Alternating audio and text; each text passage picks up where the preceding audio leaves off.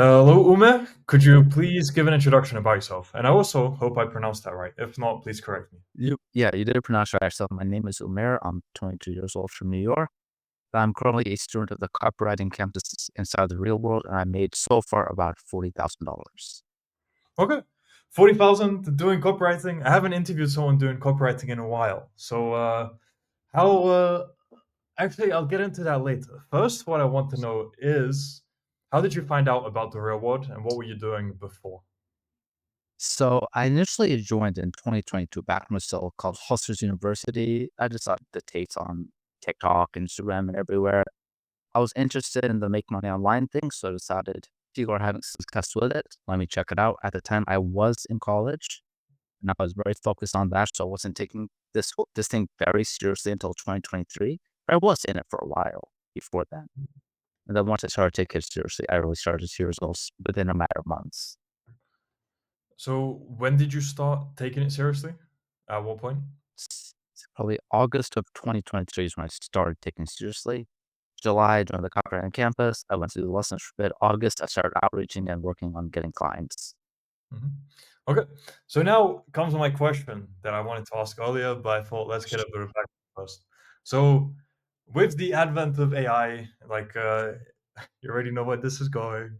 Um, back when you first began, it wasn't as saturated. Let's say AI wasn't around, and now people are saying copywriting is saturated, and you can use AI for copywriting. So what do you say to people who are saying that? So you cannot use AI to write all of your copy. AI is a tool that will help you write copy. It'll help you edit copy. It'll help you to market research. It will help you write your copy. But AI by itself, ChatGPT does not write good copy. It's a tool to help you write better copy. But a trained copywriter can write really great copy with the assistance of AI. But Mhm. AI itself is not a great copywriter. It's okay. It's better than not having a copywriter, but certainly not as good as a professionally trained copywriter. What would you say it's missing? It's kind of missing that human touch. It sounds robotic. It AI copy for the most part sounds the same. It doesn't. This AI writing style, this is not very relatable to most people. And one of the most important parts of copywriting is relatability. A good copywriter will write in a way that the target audience relates to. They use that similar type of language, similar type of tone, playfulness, things like that. And AI just isn't capable of doing that. Mhm, AI is very good for analytical things, but it's, after all, it is a robot. That's what it's good at. But when it comes to creative things, it's not there yet. mhm. And what about the saturation aspect? Is copywriting saturated? Copywriting is absolutely not saturated. Every single business on planet Earth could benefit from a professionally trained copywriter, every single one without exception. And many of them don't have good copywriters. I see ads pretty often. I just go out, I see like from store signs to ads I see on YouTube to ads I see in the subway. A lot of them suck. It's very Mhm, obvious to me as a copywriter with a lot of experience that they could benefit from a good copywriter. So I see it in my own life, businesses that could benefit from copywriting. They mhm. just don't know that. And most copywriters, they struggle with creating that need. So that's why they stay saturated. They send like 5 outreaches. Doesn't work like, oh, it's saturated. Doesn't work. It's like, no, you just haven't tried hard enough. You haven't really sold the need for a copywriter. When you know how to do that, you can sell the need and you get clients relatively easily, actually. Okay, so now we've laid the groundwork, and let's go into your personal story. So, from when you began as a copywriter, what has your progress been like in terms of looking back on it now? You understand the mistakes you were making as a copywriter, the what you could have done better, what where you were lacking. So that's one of the things I'd like to go into. And then next thing is how did you go about landing clients on that journey as well? Okay, so the biggest mistake I'd made and the biggest mistakes I see many of my fellow copywriters make is with market research. So copywriting professors spends a lot of time teaching us about market research, and we all do market research for our clients. But no one ever does market research for themselves. No one does market research for their own business and analyze their target audience, the clients they want to land. And once I started doing that, my results they kind of skyrocketed. I understood exactly how to outreach my target audience, exactly how to sell them, exactly what they're looking for. So once I started doing that, I started seeing tons of results. And initially, I got a lot of my clients through cold email and my personal network. And in the start, it was pretty useless actually. Where as I said, I didn't really understand the target audience. I didn't do my market research. And part of that was because I didn't have the experience. So in the beginning, it's always harder, but I feel like if I actually understood the target audience, I get better results. If I actually understood my market. But eventually it got pretty easy. I got good results. I got a case study. I kept upgrading from client to client. And now I have clients that pay me thousands of dollars a month on rev share. Mhm. Uh, could you go into could you go a bit more into actually landing those clients and then scaling up? Initially, how much were you charging? How did you leverage the clients you landed to get to a point where you are now? So I charge the same back then that I charge now, actually. I charge a Mhm, 10% commission on all of the sales I generate. The only mhm, difference is that back then I was working in class that would do like $2,000 a month. So if I scale them and add hundreds of dollars a month to the rent or 1,000, that's a big increase for them. But like in absolute numbers, that's tiny. So I make like $100.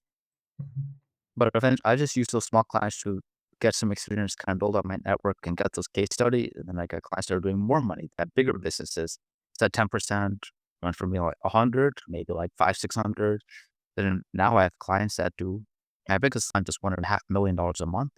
And I mhm, generate a lot, make him a lot of money. He pays next month, he'll probably end up paying me around 20K actually.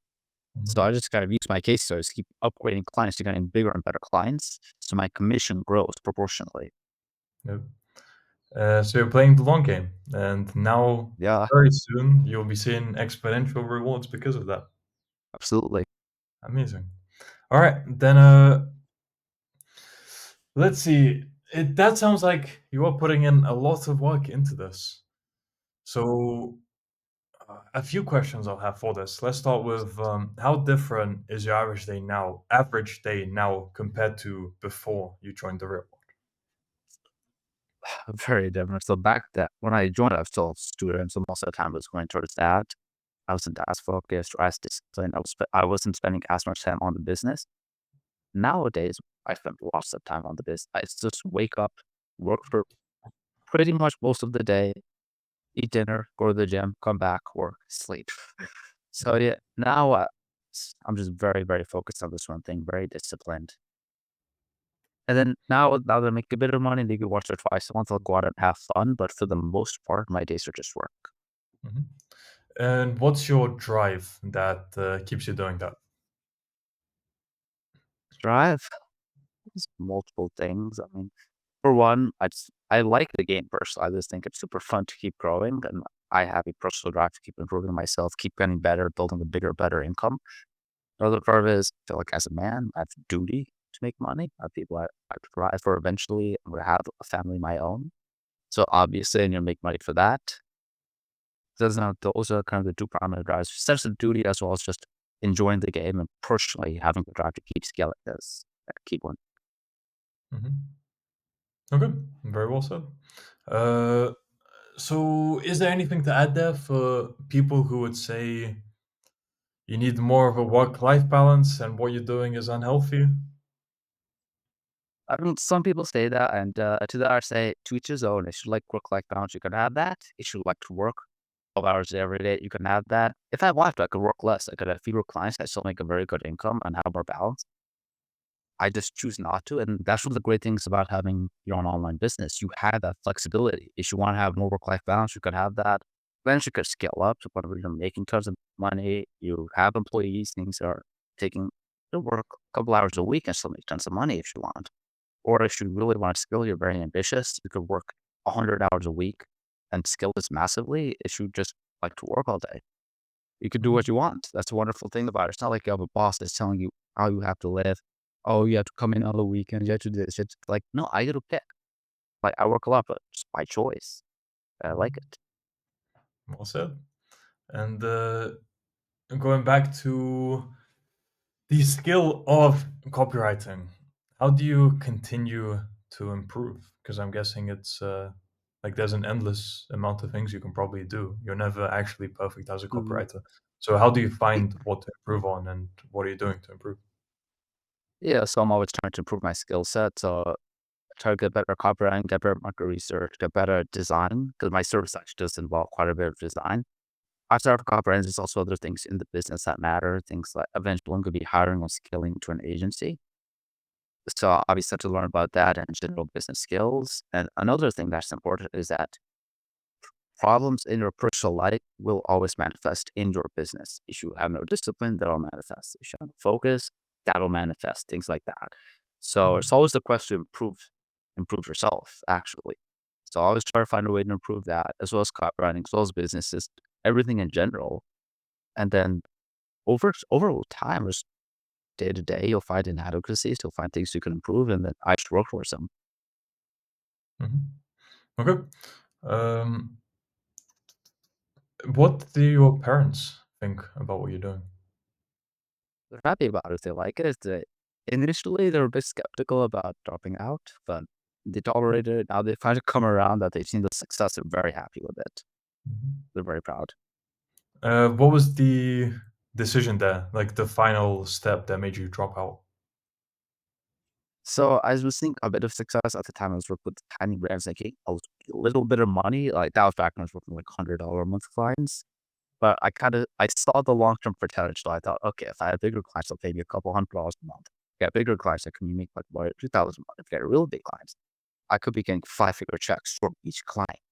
So I saw the long-term potential there and also saw other people winning. And I thought, if other people inside the campus can be making tens of thousands a month, why can't I? So let me just go all in. Let me just hyper focus on this thing and inevitably I will win. Mhm. And you've been involved with the real world for many years now, as you said, from when it was Hudson University still. So are you still, even after all this time, are you still involved in the community? And what are you getting out of it? Yeah, I'm still involved. I'm actually more involved now than I was even a couple months ago. I enjoy it. I think it's fun to stay engaged in the community. You meet people, you learn a lot, and helping other people is also pretty fun. It's awesome. And one of the best ways actually to get good at copywriting is critiquing other people's copy. So somewhat selfishly, by engaging more in the community, I myself become better. And it's often how things work. You help people out, you get better yourself, it comes back to you. Mhm. Okay, and that just reminded me something I wanted to say earlier that I forgot. Sure. Uh, Also, personal life also reflects in your copy. So if you have your personal life in order and even have you can even draw upon previous experiences to write better copy. So again, like everything you do, because you said it from the perspective of business, I also wanted to add that it basically reflects on everything, copywriting, business, like anything.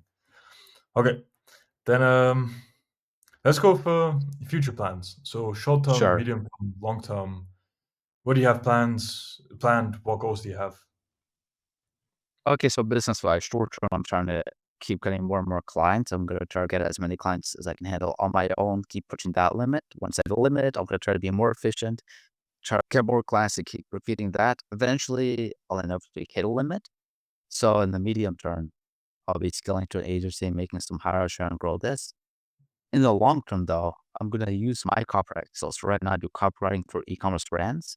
And in the long term, my goal is to eventually switch from being a copywriter for e-com to owning my own brands. I see a lot of potential there. And now I'm using my time as a copywriter to learn about the industry as well as make money that I can use to grow my brands once I decide to start those. Okay. That's a very solid overview and everything. I was ready to start wrapping up, but there's something I still want to go back on.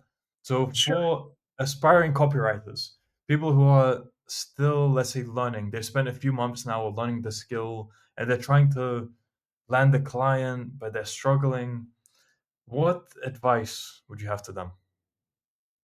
Okay, so I would say two things. First thing I'd say is that other people have done it. If they've done it, no reason you can't. Look at the leaderboard, look at the wins channel on the campus. There's tons of successes. So if it's been done before, there's no reason that you can't do it. And the other thing I would say is that you're starting out. When I was starting out, it took a long time to get my first client. That would barely pay me anything. My effective hourly rate was like $1.50 an hour. I was barely getting paid at the start. It was tough at the start. It's always like that. And if you persevere, if you go through, you will win.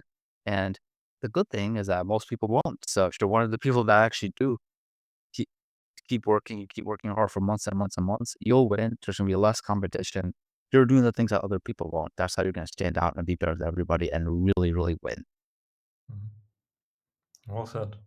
And now, final question is for people who are unsure about joining the real world because they're thinking they might get scammed for $50, what would you say to them? You personally interviewed over 400 people who have succeeded. There's so many success stories. There's so much evidence that this works. How can you say it doesn't work? How can you say it's a scam when there's so many success stories? And that's just the people that you've personally interviewed. There's With my thousands of limited success. time. Yeah, there's thousands of success stories, not just the real world, but inside each individual campus. There's so much success there that, like, if you're scared of investing $50, have fun being poor. Like, Mhm. it's been proven to work. You can't risk $50, have fun being poor. Mhm. Well said. All right. So I'd say that's a pretty good first interview. We can do a follow-up in future as things scale for you. Clearly, it's looking exponential. But amazing to hear that you're doing so well. Just the what would I call it? The unyielding perseverance that you have is what has manifested your results now, which is clear. So to anyone else, as you said, like as long as they don't give up, they will see results as well. So great that you came on to share your story. I'm sure it inspired some people. And as I said, we can do a follow up in future. But Yeah, until absolutely. then, I wish you all the best. Yeah, thank you. It's good speaking to you.